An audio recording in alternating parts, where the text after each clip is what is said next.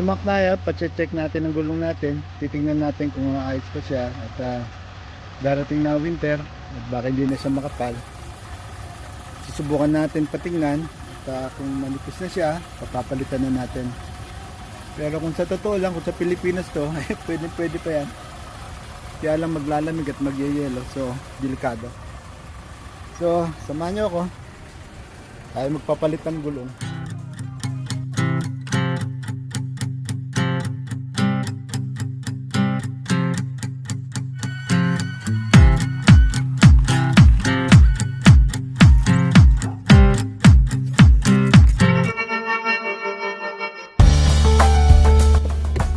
Tayo na mga aknayat, samahan nyo ako.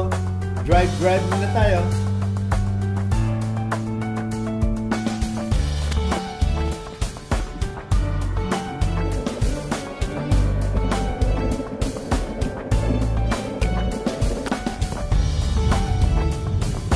Maraming lugar dito, konti lang ang bahay kasi sa karamihan dito, taniman ng mais. Yung kaliwat kanan, taniman ng mais.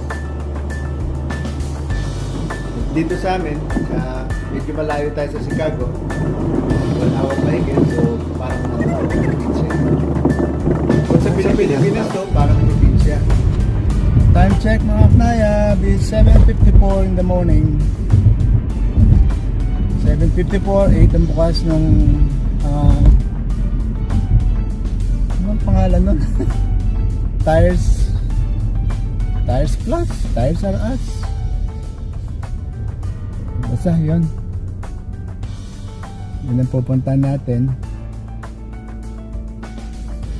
Patingnan natin kung makakapagpalit tayo ng gulong dahil medyo tanghali na. Ayoko naman maghintay na matagal kasi pag naghintay ka dyan minsan magigit isang oras, lalo na ngayong mag-winter. Maraming nagpapalit ng gulong, maraming nag-aayos ng kanilang mga gulong, inaanda nila for winter. So hopefully wala pang masyadong tao. Nandiyan na tayo liliko sa susunod na stoplight. Kakaliwa na tayo dyan. Nandun sa kaliwa yung ating pupuntahan.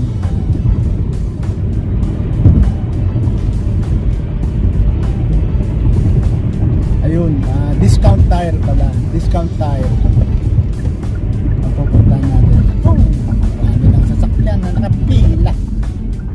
Meron ng 5. 1, 2, 3, 4, 5, 6. Ang dami na. Tapos bukod pa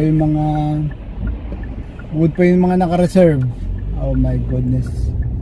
Tanghali na nakaalis.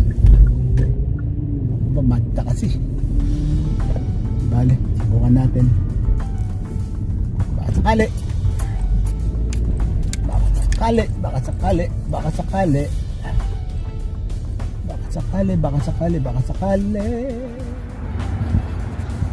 So, ito, mag-check-in lang ako. Scan lang natin itong barcode. Type natin information. So mga knayab, naka-check-in na tayo. Ganun pala sila mag-check-in ngayon. I-scan mo yung barcode nila sa phone mo. At tapos, type mo yung information, type mo yung sasakyan mo, pangalan mo, phone number mo. At ilalagay mo doon kung anong gusto mong gawin sa sasakyan mo. At doon, magmula ron, mag-start na yung waiting time mo. Kanina, number 1 ako sa checklist. So, ewan ko. Una po, 2 minutes. Ngayon, binisit ako, 4 minutes na ang waiting time. So, okay lang. Maghintay lang ako dito hanggang may lumapit sa akin at check-in yung gulong. At bibigyan nila ako ng tawag dito, ng suggestion kung anong bibili na gulong. At sana makamura tayo sa napakamahal ng gulong ngayon. Ewan ko ba, lahat na lang na tumataas dahil dito sa COVID na to, ay pang mawala, ay pang umalis. Pero patuloy lang ang ating pag-struggle. Okay, hintay-hintay lang ako at wala pa lumalapit eh. Okay, God bless. At nanood lang kayo dyan. Hintay ko yung tawag sa akin. At tapos yan, ako na ang susunod. Okay, see you later.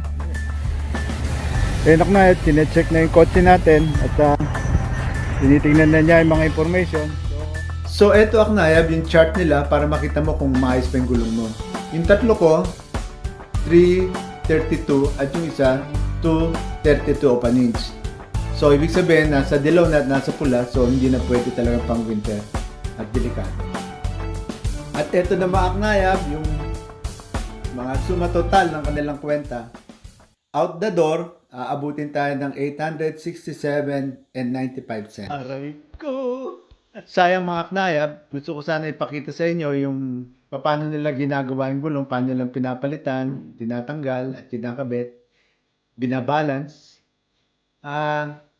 Hindi lang pwede kasi business ito at kinausap ko yung isang supervisor at hindi daw pwede kunan. So hanggang dyan lang ang pwede ko ipakita na makakuha lang ako ng bagong gulong.